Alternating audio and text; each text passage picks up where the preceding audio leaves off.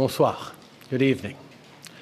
Today, the United States informed us they will be imposing 25% tariffs on Canadian exports to the United States and 10% on Canadian energy.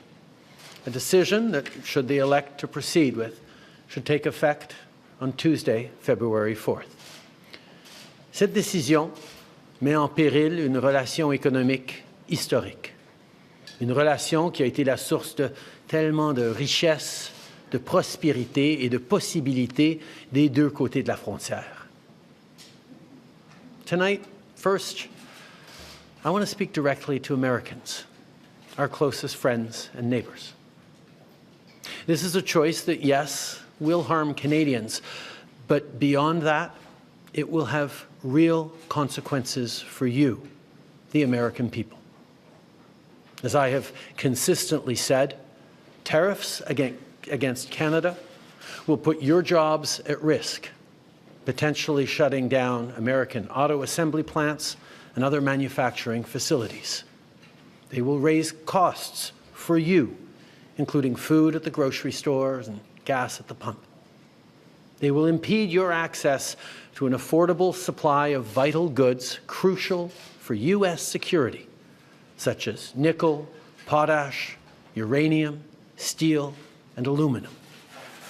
They will violate the free trade agreement that the President and I, along with our Mexican partner, negotiated and signed a few years ago.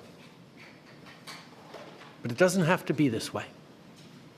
As President John F. Kennedy said many years ago, geography has made us neighbors, history has made us friends, economics has made us partners, and necessity has made us allies. That rang true for many decades prior to President Kennedy's time in office and in the decades since. From the beaches of Normandy to the mountains of the Korean Peninsula, from the fields of Flanders to the streets of Kandahar, we have fought and died alongside you. During your darkest hours, during the Iranian hostage crisis, those 444 days we worked around the clock from our embassy to get your innocent compatriots home. During the summer of 2005, when Hurricane Katrina ravaged your great city of New Orleans, or mere weeks ago, when we sent water bombers to tackle the wildfires in California. During the day the world stood still, September 11th, 2001, when we provided refuge to stranded passengers and planes, we were always there, standing with you, grieving with you, the American people. Together, we've built the most successful economic, military, and security partnership the world has ever seen. A relationship that has been the envy of the world. Yes, we've had our differences in the past, but we've always found a way to get past them. As I've said before, if President Trump wants to usher in a new golden age for the United States, the better path is to partner with Canada, not to punish us.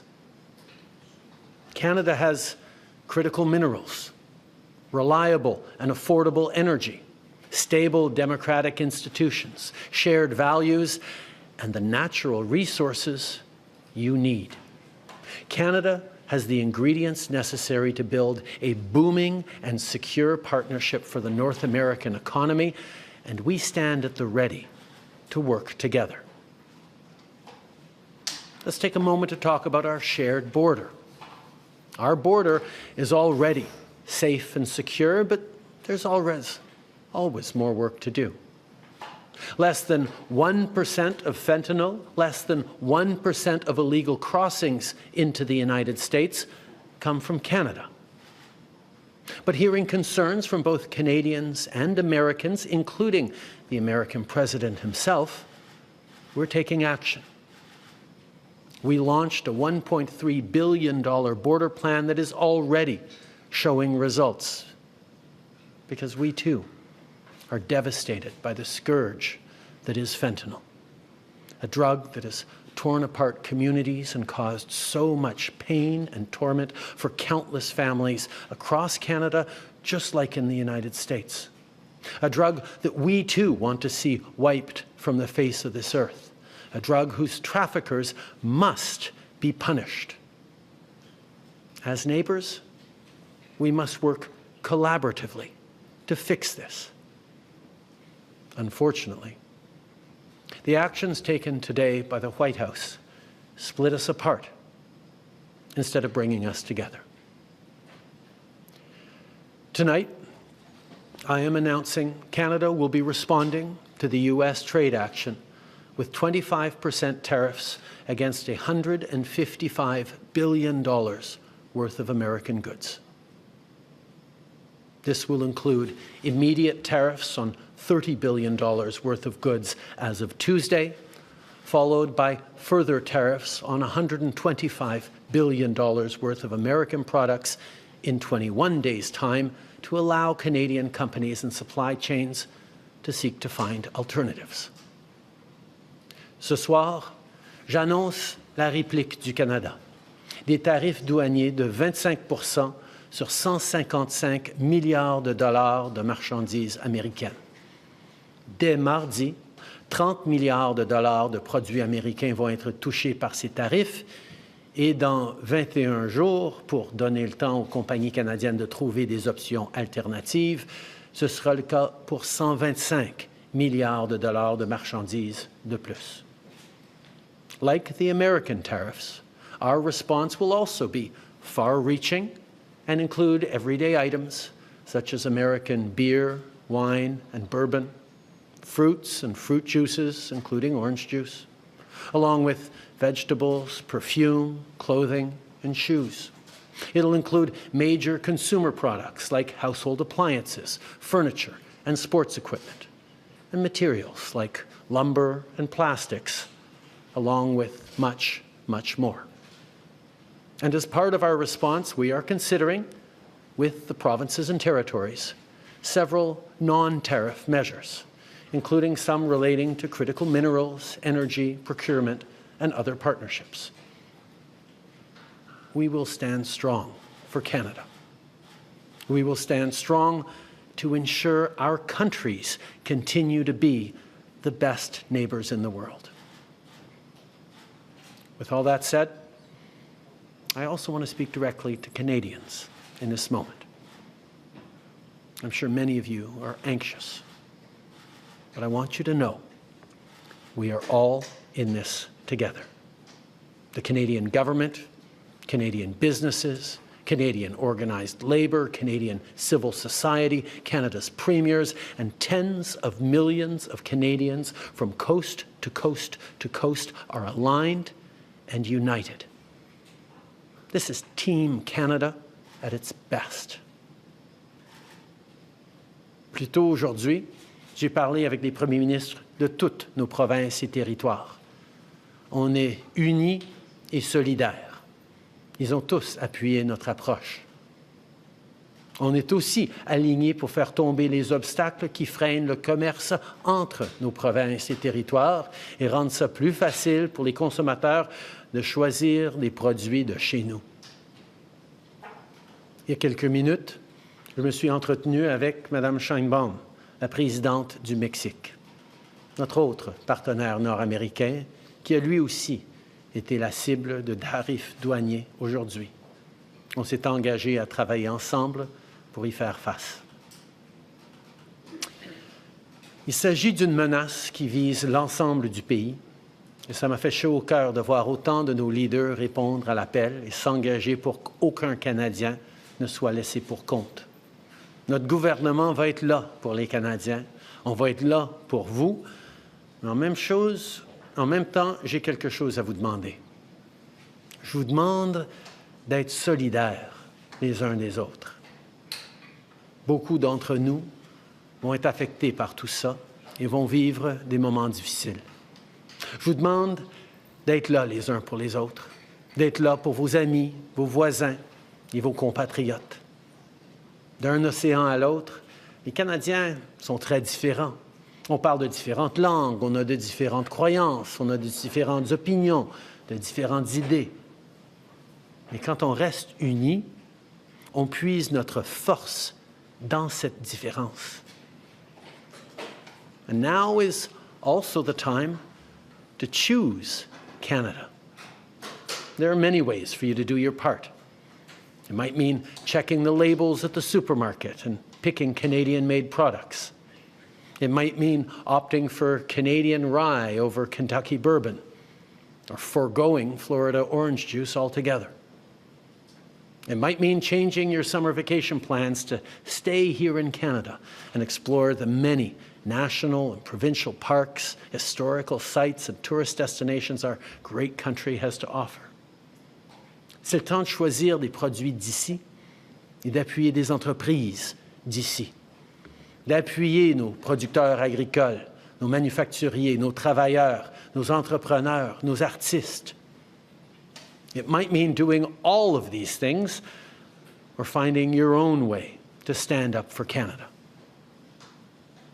In this moment, we must pull together because we love this country. We pride ourselves on braving the cold during the long winter months. We don't like to beat our chests, but we're always out there, waving the maple leaf loudly and proudly to celebrate an Olympic gold medal.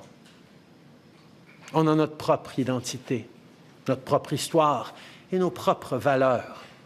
Les Canadiens sont accueillants, ouverts, novateurs, ambitieux. On préfère régler nos disputes avec diplomatie, mais on est prêt à se battre quand c'est nécessaire.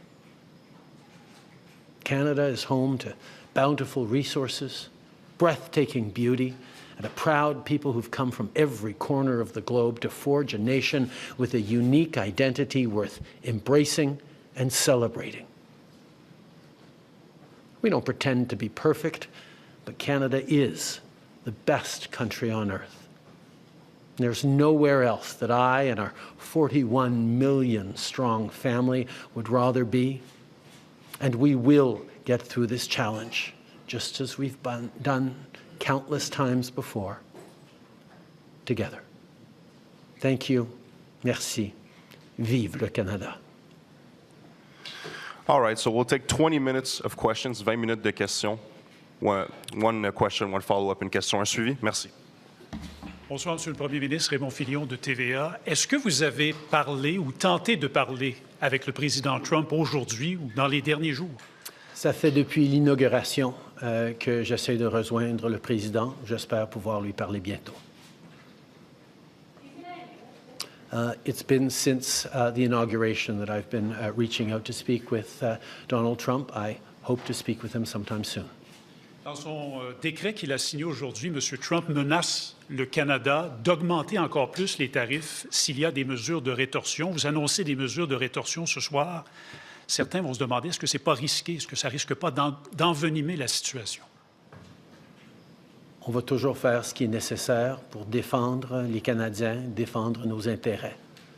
On est en train de répondre avec un ensemble de mesures fortes mais appropriées et on va continuer d'être là pour défendre le Canada, les Canadiens et notre avenir.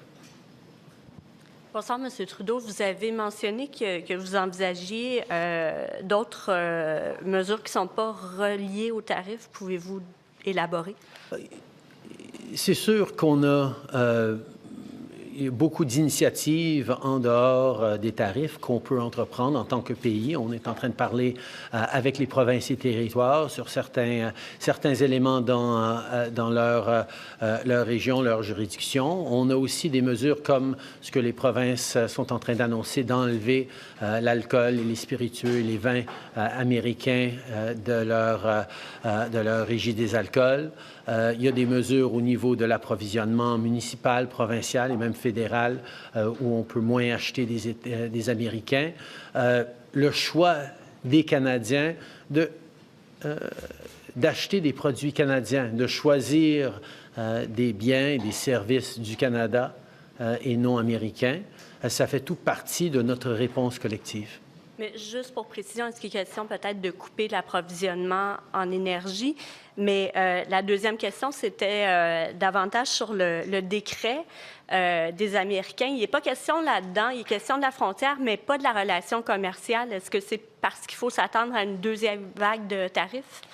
Tout d'abord, ce qui est important quand on va regarder différentes façons de répondre ou de mettre encore plus de pression sur les Américains pour reculer sur les mesures qui sont de l'avant, on va s'assurer qu'il n'y ait aucune région du pays, aucune industrie qui va porter un plus large fardeau, un plus lourd fardeau que d'autres régions. On sait qu'il y a certaines industries, dont l'industrie pétrolière, qui ont un grand impact aux États-Unis, mais on va s'assurer que toute réponse qu'on va faire va être équitable à travers le pays, parce qu'on ne veut pas que ce soit seulement une région ou une partie du pays qui paye le plus pour défendre tous les Canadiens. Et c'est quelque chose, un principe sur lequel tous les premiers ministres sont d'accord. Est-ce qu'on peut s'attendre à une deuxième vague? C'était ça aussi la question. Sur l'enjeu une deuxième vague, dans quel sens? De tarifs, parce que dans le décret, il n'est pas question de la relation commerciale, il est juste Ah non, question oui, d'enjeux. tout à fait. Ces tarifs d'aujourd'hui sont ancrés dans la préoccupation du président sur le fentanyl. La réalité, c'est que le Canada représente une infime partie du défi au niveau du fentanyl auquel les Américains font face, et on est prêt à travailler avec eux pour régler cet enjeu dans nos communautés comme dans la leur. En même temps, il y a une enquête sur nos relations commerciales qui est en cours dans le système américain, qui va aboutir le 1er avril, et à ce moment-là, ils vont prendre d'autres décisions. In regards to actions we might take in terms of responding to the American trade action, there are a number of different industries and regions of the country that can have greater leverage over the United States. One thinks of the oil industry, for example. What is extremely important for me, and I think for all the premiers, is that no one region of the country or one industry carries a larger burden than anyone else in standing up for Canada. We need to all be in this together. This only works if Canadians are fully united from coast to coast to coast to stand up for this extraordinary and beautiful country.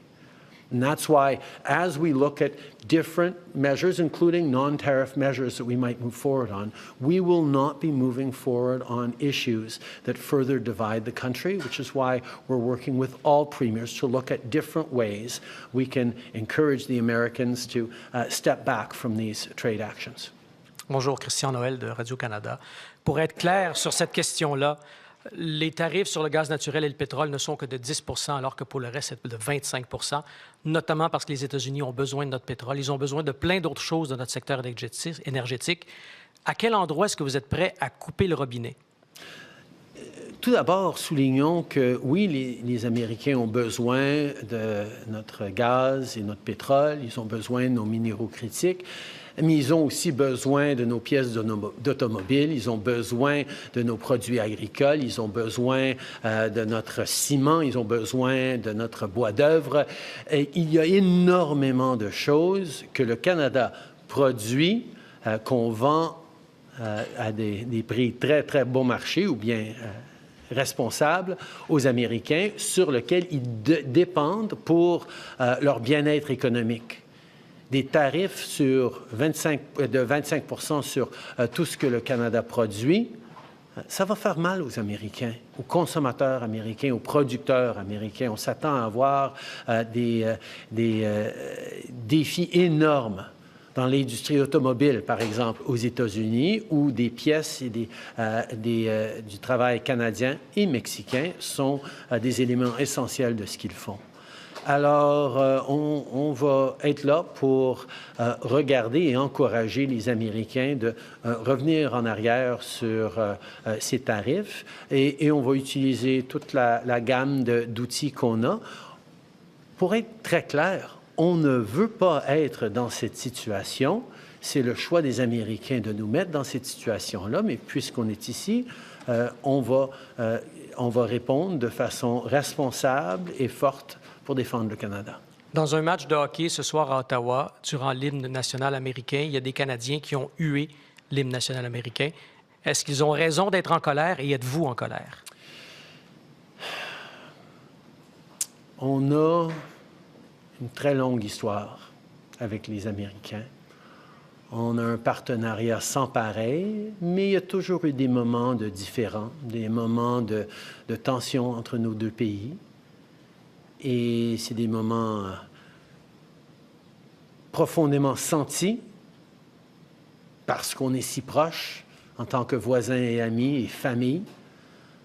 Et ça peut être pénible pendant qu'on passe à travers ces moments-là. Mais j'ai confiance.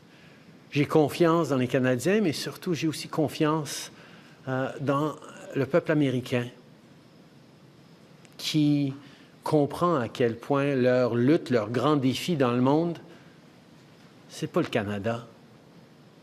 Et qu'en travaillant ensemble, on va pouvoir passer à travers ces moments pénibles pour en sortir encore plus fort. Est-ce qu'ils ont raison d'être en colère? Je pense que les Canadiens ne comprennent pas tout à fait pourquoi les Américains sont en train de cibler leurs meilleurs amis et leurs plus proches partenaires plutôt que d'autres pays dans le monde. En anglais? I think Canadians are a little perplexed as to why our closest friends and neighbors are choosing to target us instead of so many other challenging parts of the world. I don't think there's a lot of Americans who wake up in the morning saying, oh, damn Canada. Oh, we should really go after Canada. We're there as friends, as partners. We always have been, we always will be. Sure, we're going through a difficult time right now, and yeah, emotions may run high here and there, particularly around hockey games. But I know we're going to make it through this because we have the most successful partnership the world has ever seen, and it's a true value in this time of really challenging geopolitical instability.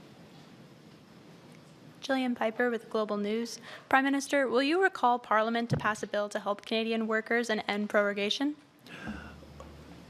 As you can see from our strong response package, as we spoke about with premiers this afternoon and have for many weeks, we have the tools to be able to support Canadians through this challenging time as it stands. This is a moment for Canadians to pull together, including Canadians of all different political parties. This is a moment where we need to set aside our differences and focus on delivering for Canadians, standing up for Canadians, and protecting the most successful political, military, economic, and security partnership the world has ever seen. And that's exactly what we're going to do. We have the tools to do it as a government right now, and we will keep doing it alongside our premiers and our partners. A member of the Canada-U.S. Council, Lana Payne, today said that an ally would not act this way, and therefore the U.S. is no longer Canada's ally. Do you agree with that? Like I said, I think there are going to be people who are upset and even hurt by what's gone on here. But I have faith. I have faith in Canadians, but I also have faith in the friendship between Canada and the United States that has gone through challenging times before, but we always make it through because we've been able to count on each other for over 150 years, and we will continue to be able to do that long into the future. This is a friendship that has stood the test of time, and despite challenges that we can work on and we will work on together, we will continue to be friends and neighbors. Prime Minister, you said earlier that you're not going to move forward on measures that would further divide the country. Does this mean that blocking energy exports is fully off the table? It means that any conversations around further measures, particularly involving one industry or one region of the country more than another, is something that we're going to do carefully and thoughtfully and with the full partnership of regional leaders, provincial premiers, businesses. No one part of the country should be carrying a heavier burden than any other. We're in this together. We're all going to stand together, and we'll be there for each other from coast to coast to coast. And President Trump said in the executive order that it's about the border and fentanyl. Do you think that this is what it's about? We have one of the strongest, more secure borders in the world between Canada and the United States. As I said, less than 1% of fentanyl going into the United States come from Canada. Less than 1% of illegal migrants going into the United States come from Canada. That doesn't mean there isn't more to do.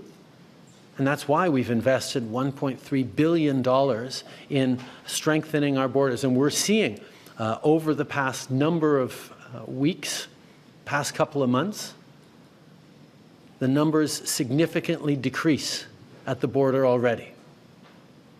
We are making progress in working together, including sending joint teams over to China to talk about the precursor chemicals that get developed into fentanyl all across North America.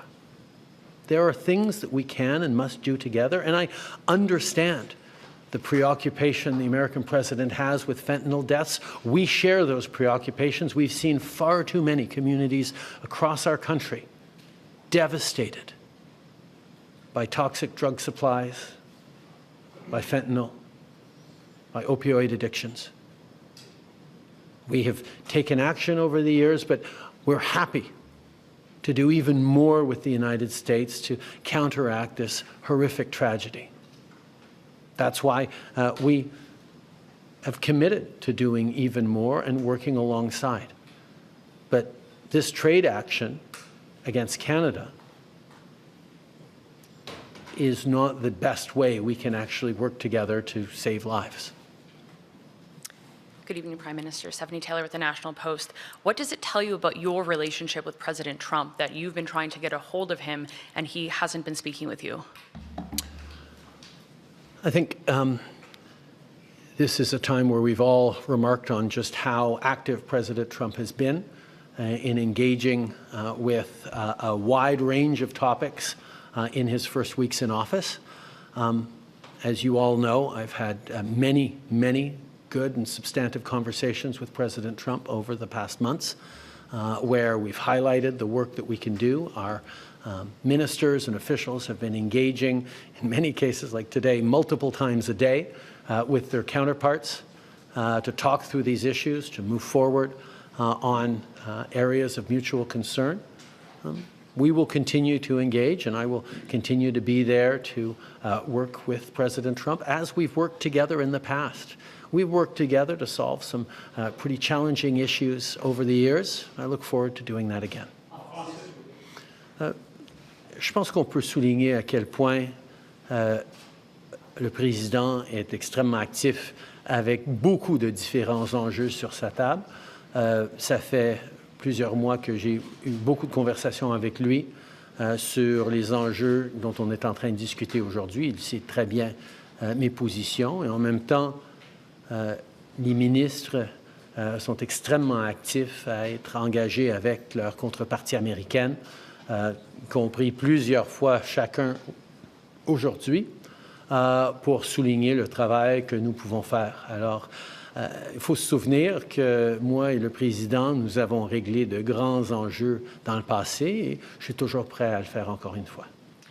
But if you can't get a hold of President Trump on a day as consequential as this, when it really matters, can Canada have a productive relationship with President Trump and the Trump administration moving forward? As I've said, we have had a very effective and constructive series of conversations throughout the American administration. We'll continue to. I look forward to speaking with President Trump in the coming days and weeks. This is something that matters, but we've solved big issues before, and we will solve them again. Last question, dernière question, s'il vous plaît. Thanks for taking our questions. Raisa Patel, the Toronto Star. When did you first learn that President Trump intends to increase tariffs if Canada retaliates, and how has that changed your strategy? I think Canadians understand that we need to respond to this. We need to respond in a way that is appropriate, that is measured but forceful, and that meets the moment. We're certainly not looking to escalate, but we will stand up for Canada, for Canadians, for Canadian jobs. We will also continue to do more together with the United States to counteract the scourge that is fentanyl. We will continue to work on growing our economies together, on creating jobs and competing with the rise of non-market economies around the world. We can and will do things together, and that is my focus. My job is to stand up for Canadians. That's exactly what we're doing. But we're also standing up for the relationship between Canada and the United States, which, as I've said, is the most successful partnership and friendship the world has ever seen. You're dealing with the U.S. administration that says, there's nothing that you can do to stop this. We're not looking for any concessions. So do you see any conceivable way out of this because of that? The coming weeks will be difficult for Canadians, and they'll be difficult for Americans. The level of cooperation, the level of effective partnerships between our two countries that have been established over decades and generations means that this trade action by the Americans and our response is going to have real consequences for people, for workers on both sides of our border. We don't want to be here. We didn't ask for this. But we will not back down in standing up both for Canadians and for the incredible, successful relationship and partnership between Canada and the United States. I look forward to working with the American administration on a range of challenging issues that our communities and our world is facing. And I hope that day comes soon. Merci beaucoup. All right, this concludes today's press conference. Ça conclut la conférence de presse aujourd'hui. Merci. Merci tout le monde.